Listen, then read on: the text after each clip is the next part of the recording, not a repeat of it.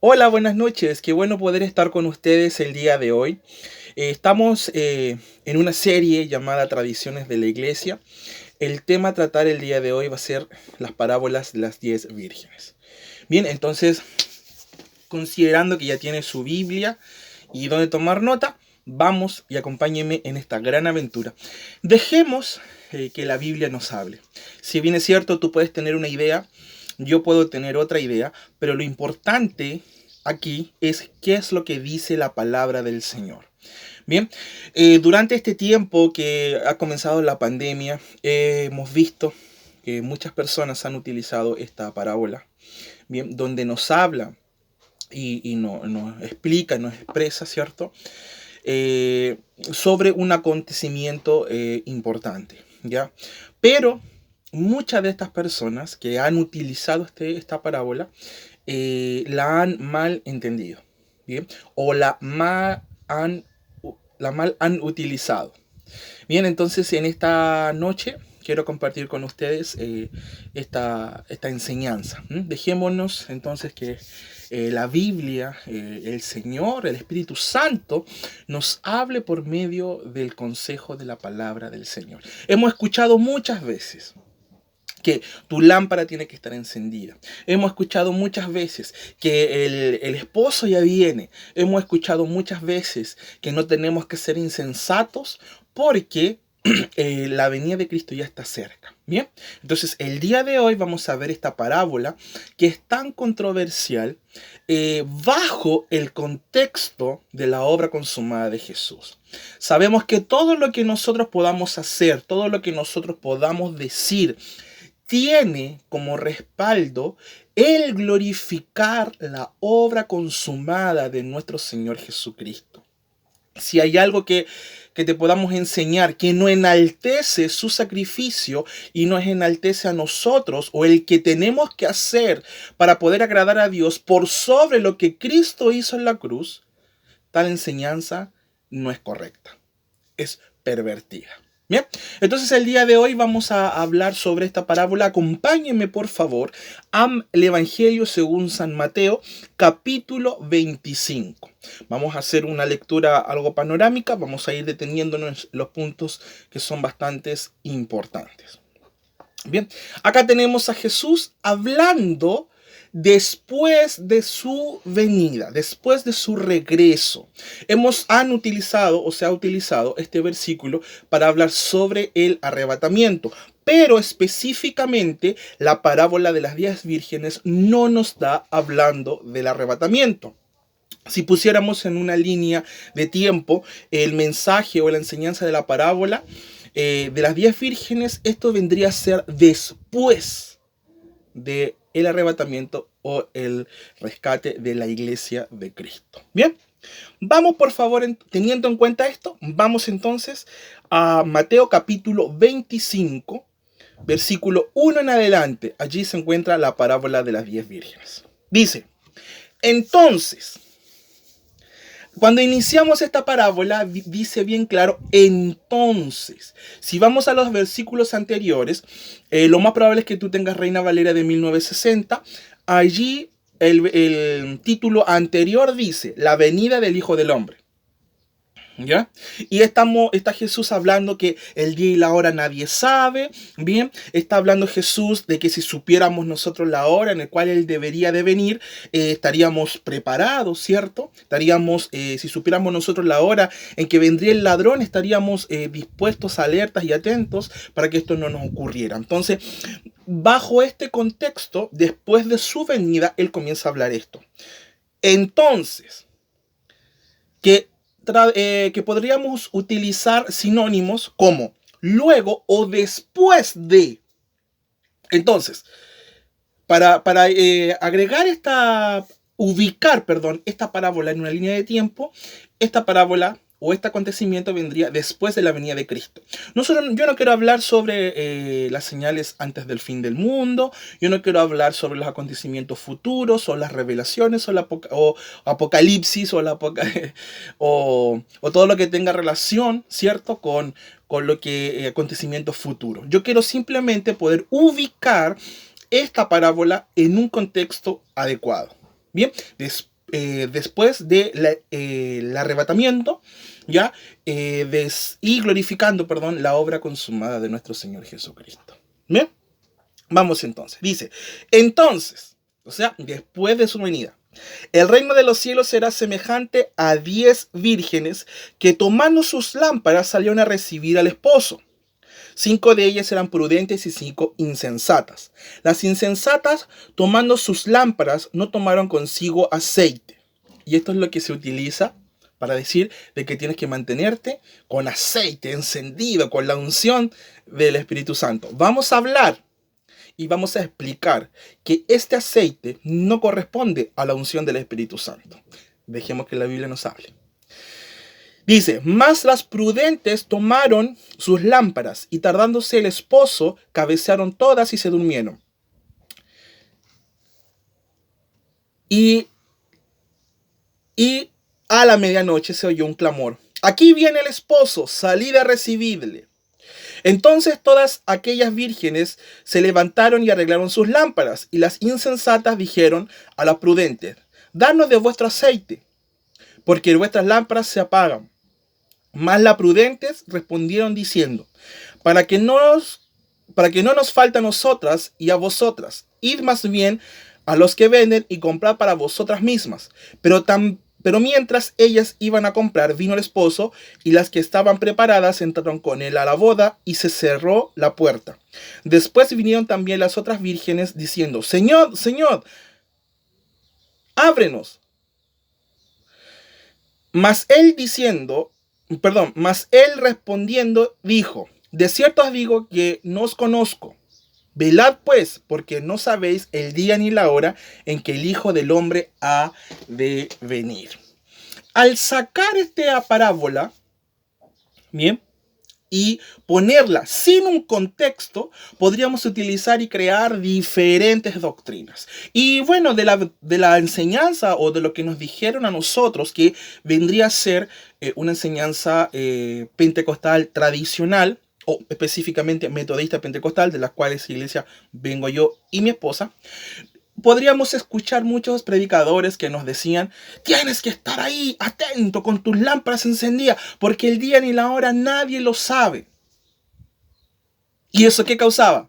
Cierto temor. ¿Por qué? Porque ponían o se ponía la carga de la salvación en que si yo estaba atento o no estaba atento. En que si yo tenía mi lámpara encendida o no la tenía encendida. En que si yo tenía el aceite o no tenía el aceite. Bien, entonces, ya vimos que en el primer versículo ya nos dimos una pista. Que dice entonces. Al hablar de este entonces, aclaramos y dejamos claro que esta parábola vendría después de la venida de Cristo. Porque Jesús en los versículos anteriores está hablando de su venida. Y de su venida, obviamente de su regreso, a rescatar a la iglesia. Bien, y luego posteriormente no creo que Jesús volvería atrás para hablar de un suceso anterior a su venida. Bien, ¿por qué? Porque en los primeros versículos anteriores él bien habla de su regreso, del arrebatamiento. Y luego no podría hablar de un suceso que vendría antes de ese arrebatamiento. Entonces no podríamos utilizar primero la parábola de las 10 vírgenes para un acontecimiento antes de la venida de Cristo, antes de su rescate por nosotros. Bien, entonces ubicándolo en una línea de tiempo, ya lo podríamos ver así. Toda la Biblia tiene un contexto, vamos nosotros a poder diferenciarlo. Bien, la preparación para su venida, ya lo hemos visto, no depende de lo que yo haga, no depende si que yo tengo harta aceite en mi lámpara, no va a depender de mi esfuerzo humano. La preparación para su venida ya la hizo Cristo en la cruz. Recordemos que la salvación es por gracia y por medio de la fe, para que nadie se gloríe. Si tú crees que puedes añadir una preparación humana, ya sea con oración, con ayuno, con clamores, con humillaciones, con arrepentimientos masivos, estaríamos añadiendo gloria que le corresponde a Él a nosotros. Entonces tengamos cuidados, no pervirtamos el evangelio, no saquemos lo bueno y lo ensuciemos con nuestras obras. Dejémoslo puro, santo, como lo es.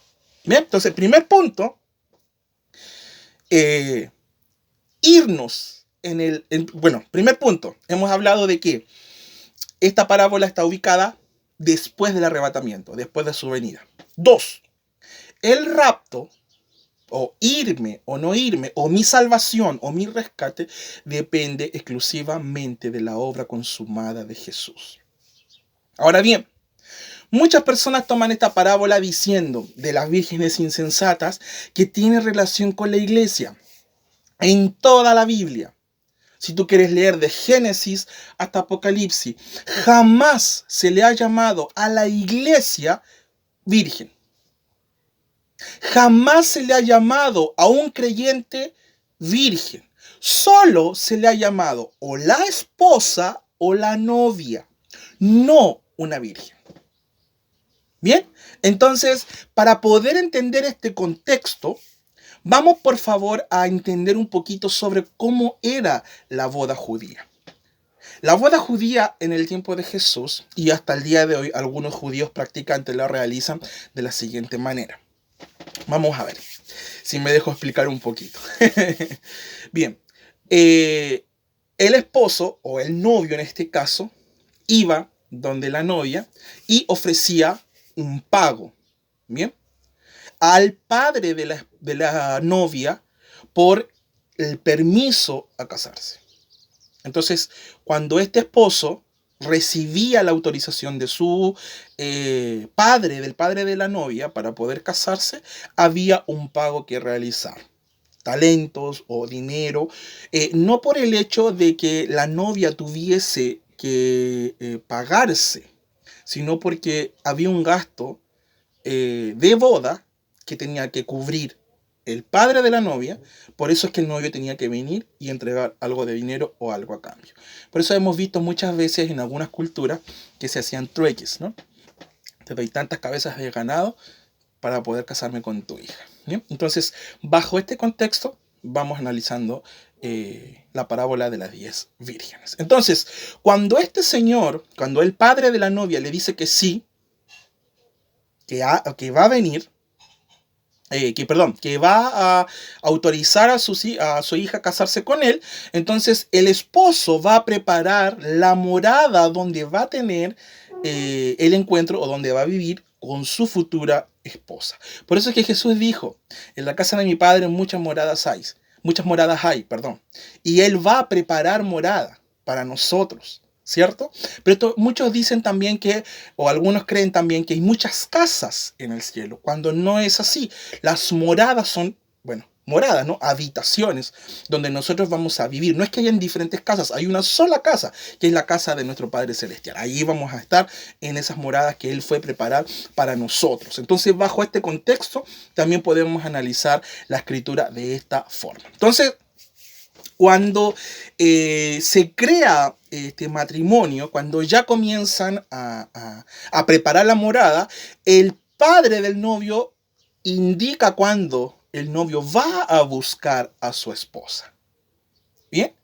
Y mientras tanto, más allá, tenemos a la novia preparándose para el matrimonio, para el día de la boda, la cual cuenta con 10 vírgenes, ¿ya? Que van a estar con unas lámparas que son de exterior, esperando atentas para cuando venga el novio.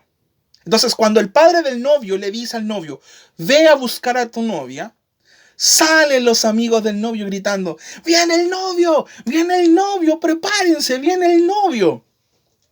Y es allí donde el cortejo de la boda judía agarra sus lámparas y le dice a la novia, vienen a buscarte. ¿Bien?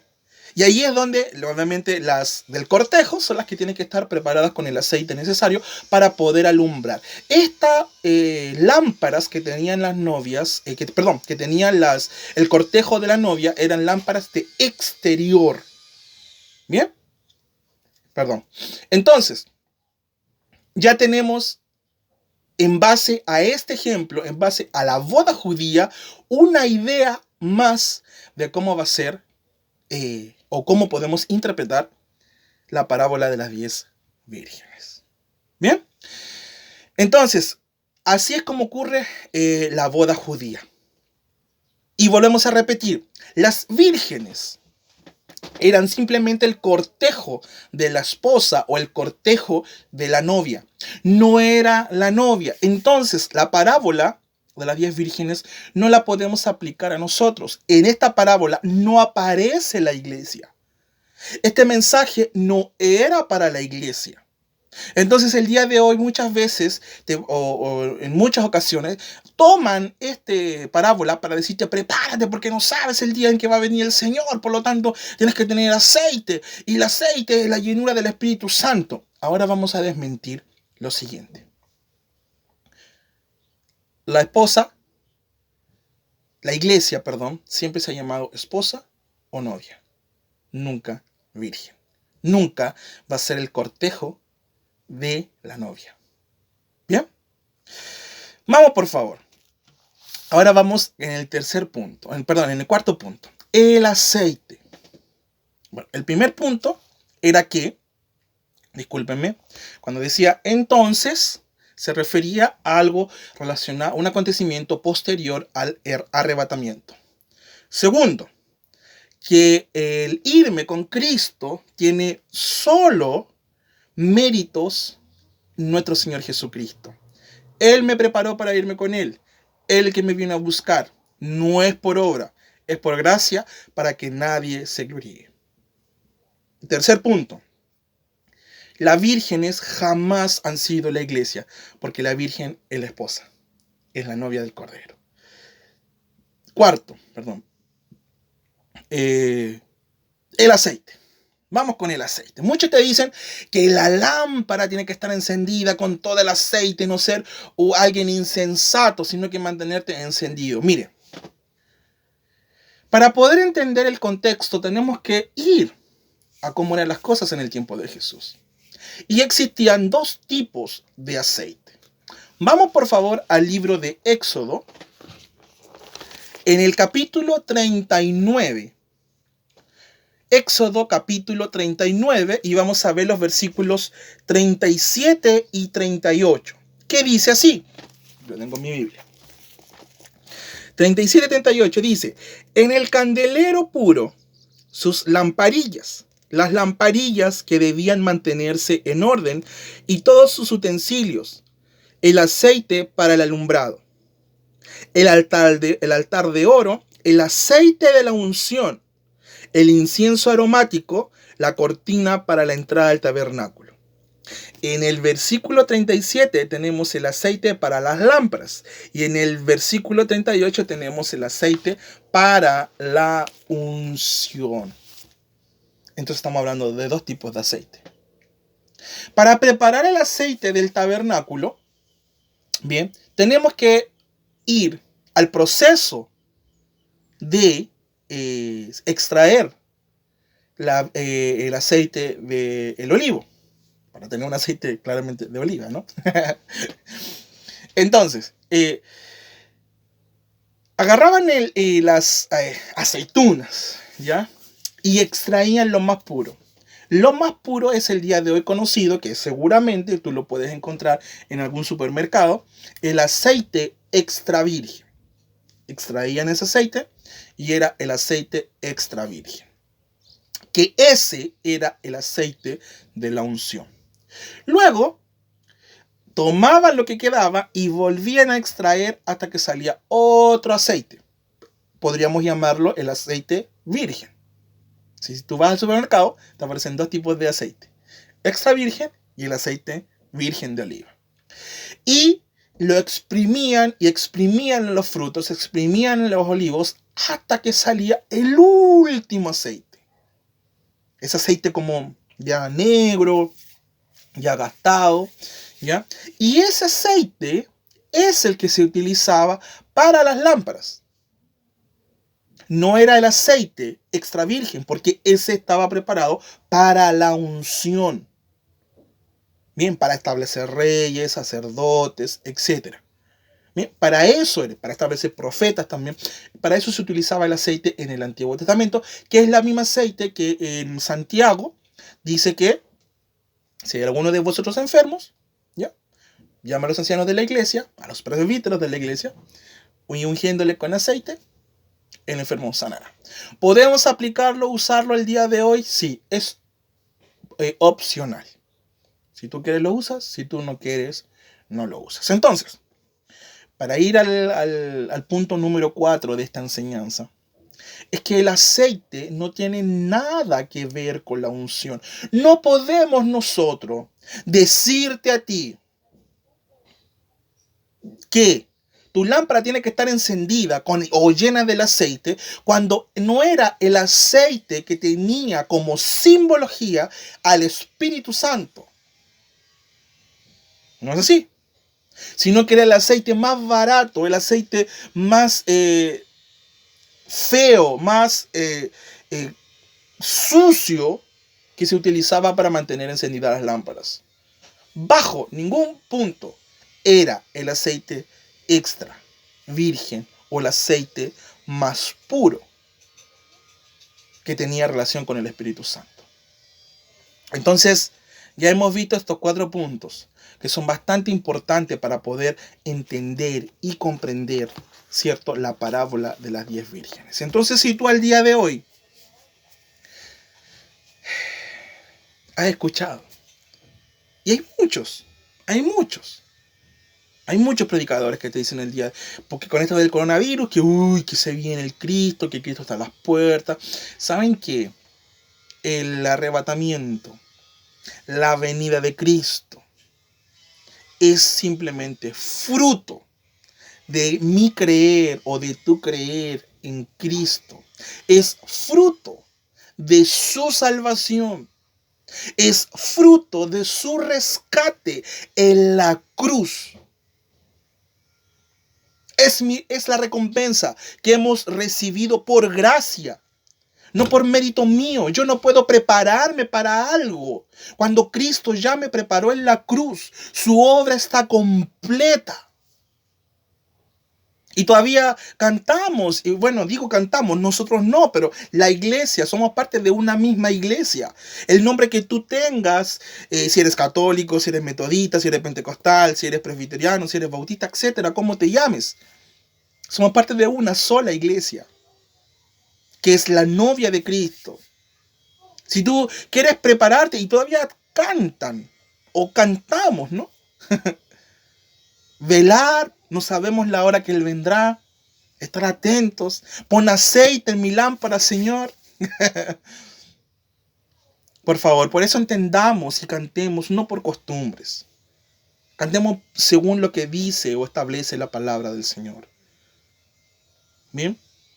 Sí, tenemos que mantenernos nosotros encendidos, sí, claro, con la llenura del Espíritu Santo, sí. Si no has recibido el bautismo del Espíritu Santo, contáctate con nosotros, vamos a orar por ti para que recibas el bautismo del Espíritu Santo, como nos enseñaron los apóstoles. Pondremos las manos sobre ustedes y recibirán el bautismo del Espíritu Santo. Si no nos podemos ver, bueno, podemos hacerlo por teléfono. Es la forma bíblica correcta que el Señor nos enseña. Entonces ya dejemos de entender cosas por costumbre, ya dejemos de hablar cosas por costumbres. Vámonos a la palabra, que la palabra nos hable. Dejemos a un lado las costumbres. Dejemos a un lado lo que me lo enseñó mi abuelo, mi papá, mi tío. Hablemos lo que Cristo. Aquí no es más valioso tu papá, no es más valioso tu abuelo, no es más valioso tu pastor. Es la palabra del Señor. Es Cristo el valioso. Cristo, que es por sobre todo, Él es el suficiente. Solo Él es el que basta. Bien, estas vírgenes penosamente necesitan entender los tiempos. Para estar atentas, no los vaya a pillar el cortejo de bodas y se queden ahí sin el banquete. Bien, ellas tienen que entenderlo. Bien, ellas son las que se tienen que preparar. No era un mensaje entregado para la iglesia. Jesús le estaba hablando a judíos que estaban bajo la ley. Ellos son los que se tienen que estar atentos y preparar, ¿cierto? Algún día podremos entender qué fue lo que Jesús realmente quiso decir correctamente. Bien, por ahora vamos simplemente a hacer un descarte. Bien, de lo que no tiene relación, de lo que no se dijo. Bien, entonces, para resumir, primero, en la línea temporal, ya, de lo que está escrito, es algo, un acontecimiento que viene después del arrebatamiento o después de la venida de Cristo. Segundo, la preparación para que yo me vaya con Cristo, con el Señor, la hizo el mismo Cristo muriendo en la cruz por nosotros. Tercero, las vírgenes no representan a la iglesia, porque la iglesia de Cristo es la esposa o es la novia. Es más, yo creo que las vírgenes estaban en el cortejo de la iglesia. Claro, ella es la esposa, ella es la novia. Cuarto, el aceite que le faltó en las lámparas no tiene un contexto en relación al Espíritu Santo. No, porque se utilizaba el peor aceite para mantener encendidas las lámparas, que éstas eran de exterior. Y quinto, déjame agregarte un quinto. Descontaminémonos de la religión. Deja que la palabra te hable. ¿Sabes qué? Nosotros, yo, mi esposa, vivíamos en un sistema religioso, culpándonos, atormentándonos, intentando de ganarnos el cielo, intentándonos de que con nuestras obras ganarnos las promesas de Dios. Y cuando hacíamos algo bien, resulta que veníamos y le decíamos, Señor, ya lo hice, ahora te falta a ti responder. Y muchas veces nos veíamos una respuesta. Y no era porque Dios no nos quería responder, era porque nuestra confianza estaba depositada en lo que yo podía hacer, en lo bueno, lo agradable y lo perfecto que yo puedo hacer. Cuando lo único bueno, agradable y perfecto es lo que Cristo hizo en la cruz. Así que eliminémonos de las tradiciones, salgamos donde estamos. Nosotros no queremos ser personas que quieran ir en contra de todo el sistema. No. Pero hay creencias que no están correctas. Hay creencias que hasta el día de hoy te están condenando. Hay creencias que hasta el día de hoy perturban tu vida y no te dejan tomar lo bueno y agradable y perfecto que es Dios. Queremos que vivas la libertad con la que Cristo te hizo libre. Se van a enojar con nosotros. ¿Qué le vamos a hacer? A Jesús lo apedrearon. Y los religiosos, los que decían amar a Dios. Bien, tampoco queremos convertirnos en religiosos de la no religión. Bien, entonces esto te lo entrego con mucho amor. Cuando yo lo entendí, cuando yo lo comprendí, cuando yo lo escuché, porque claramente yo también lo aprendí, lo vi, lo discerní, bien, vino a traer una revelación completamente a mí. Y penosamente también tengo muchos pastores conocidos, mi esposa también, que utilizan esta parábola para decirte, prepárate. Y todavía dicen, ya viene Cristo, señales hay.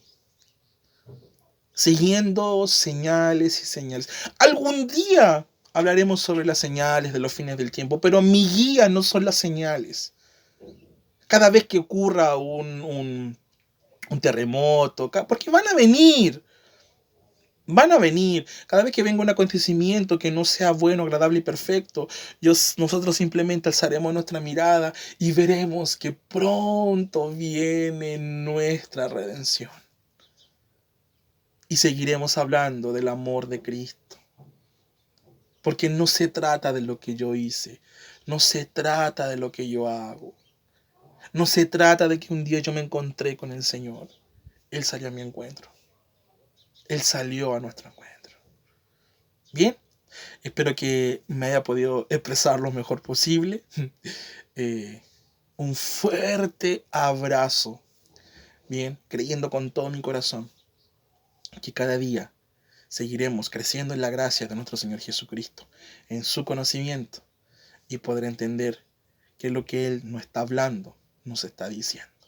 Bien, así que un fuerte abrazo. No te olvides de orar en el Espíritu, que es bastante importante en este tiempo. Y bueno, hasta que Cristo venga, orar en el Espíritu, orar día y noche, interceder en el Espíritu.